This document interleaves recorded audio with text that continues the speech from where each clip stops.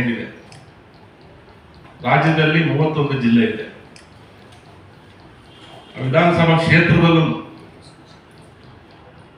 ಹೋಬಳಿ ಮಟ್ಟದಲ್ಲಿ, ಗ್ರಾಮ ಮಟ್ಟದಲ್ಲಿ ನೇಕಾರರು ಒಂದು ಮನೆಯನ್ನು ಬಿಡದೆ ನಾವು ಜಾತಿ ಗಣತಿ ಮಾಡೋದಕ್ಕೆ ಈಗಾಗಲೇ ಡಾಟಾನ ರೆಡಿ ಮಾಡಿ ಹ್ಯಾಪಲ್ಲಿ ಎಂಟ್ರಿ ಮಾಡೋರು ಹ್ಯಾಪಲ್ಲಿ ಎಂಟ್ರಿ ಮಾಡ್ಬೋದು. ಕೆಲವು ಮ್ಯಾನ್ಯುವಲ್ಲಿ ಎಂಟ್ರಿ ಮಾಡಿಬಿಟ್ರೆ ಇಂಗ್ಲಿಷ್ ಕನ್ನಡ ಎರಡೂ ಇದೆ. ಒಬ್ಬ ನೇಮಕನೂ ಮಾಡ್ಕೊಟ್ಟಿದ್ದಾರೆ. ವಿಧಾನಸಭಾ ಕ್ಷೇತ್ರದಲ್ಲೂ ಕಡಿಮೆ ಇರ್ಬೋದು, ಕೆಲವು ಕ್ಷೇತ್ರದಲ್ಲಿ ಹೆಚ್ಚಿರ್ಬೋದು. ನಾವು ಉದಾಹರಣೆ ದೊಡ್ಡಬಳ್ಳಾಪುರ ಇರ್ಬೋದು, ಯಲಹಂಕ ಇರ್ಬೋದು, ಹೆಚ್ಚಿನ ನೇಕಾರ ಇದ್ದಾರೆ.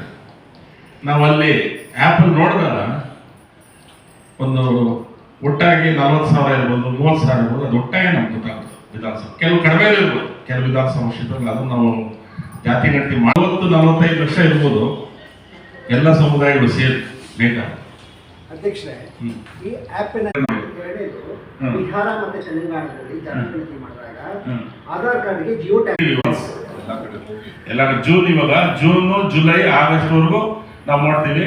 ಇವಾಗ ಎಲ್ಲಾ ಜಿಲ್ಲೆಗಳನ್ನು ಇದೇ ರೀತಿ ನಾವು ಅವೇರ್ನೆಸ್ ತರೋದಕ್ಕೆ ಮಾಡ್ತಾ ಇದ್ವಿ.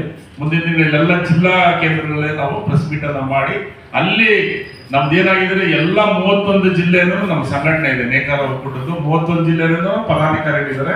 ಅವ್ರನ್ನ ಒಳಗೊಂಡು ನಾವು ಪ್ರೆಸ್ ಕಾನ್ಫರೆನ್ಸ್ ಅನ್ನ ಮಾಡ್ತೀವಿ, ಅವೇರ್ನೆಸ್ ತರ್ತೇವೆ. ಸಮುದಾಯಗಳ ಒಕ್ಕೂಟ, ಅದರಲ್ಲಿ ನಾವು ದೇವರ ದಾಸಮೆಯಿಂದಲೂ ಫೋಟೋ ಹಾಕಿದ್ದೇವೆ.